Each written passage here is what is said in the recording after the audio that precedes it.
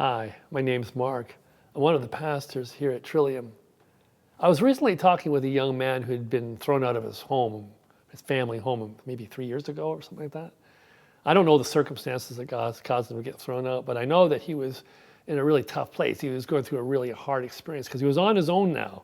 He felt abandoned by his family and his family, and to such an extent that he felt really alone in life. And he had meager resources, works full time, but he has meager resources. And to make things even worse, he's living with two young people, friends of his that are, whose parents lavish resources upon them, give them a car and pay the rent and give spending money. And the disparity between the two realities, his and his two friends, makes him feel so angry and frustrated and filled with despair and disappointed in life. There's a kind of suffering going on in him, and he doesn't know what to do with it. And it got me thinking about a line in Paul's letter to the churches in Rome, these house churches. He writes to them, and he says to them, we boast in our suffering. And he's talking about the new human being in Christ. And he says, from the new human being perspective, we can boast in our sufferings. And I think about the world and the way the world works, and that's the last thing people would boast about. People who boast about their good fortune, they boast about the blessing, the resources they have, but to boast in our suffering is something that seems so foreign to us. I mean, I don't hear many people boasting in their sufferings. I hear them actually complaining about their circumstances and being hemmed in by their troubles in life and struggling to make sense of it all. I hear them complaining and criticizing things about it. I hear them, expressing despair and desperation like that young man. I hear them expressing anger and resentment and rage in those circumstances. But praise, celebration, boasting? I don't think so.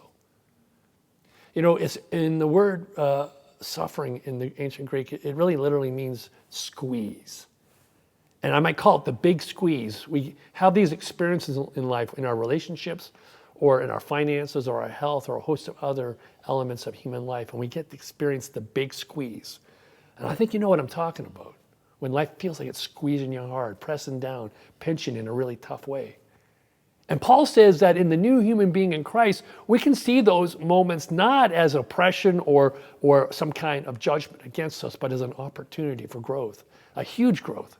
He says we boast in our suffering because it leads to endurance. And endurance in Greek literally means to survive. And we can get through the big squeeze. If we just hang in there, we can survive the big squeeze that comes to us in life in its many guises. And in that suffering leads to endurance, which leads to character. And character literally means the proof or the test.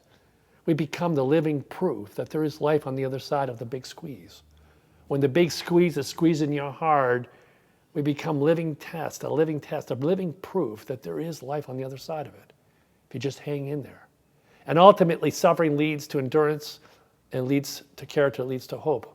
We've made it through before, so we'll make it through again when the next big squeeze comes to us. In fact, Paul almost seems to be saying, rejoice when the big squeeze comes, because it's going to become an expression of the spiritual life that lives within you.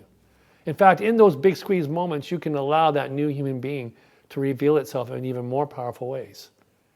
And so I'm thinking about that young man, and I'm thinking about the big squeeze he's going through and the suffering that's in his life. And I so much want to share with him, just hang in there. You'll survive it. You're going to get through it just fine. And I want him to experience the endurance of that, to hang in long enough not to lose his confidence so that he can become a living test, a living proof that there really is life on the other side of the big squeeze. And that hope that will come to him, that later down in life, when he meets another big squeeze moment in his life, he'll be able to have the confidence to move forward in that. There's a real opportunity for us to, in those big squeeze moments, to become connected again with our spiritual nature.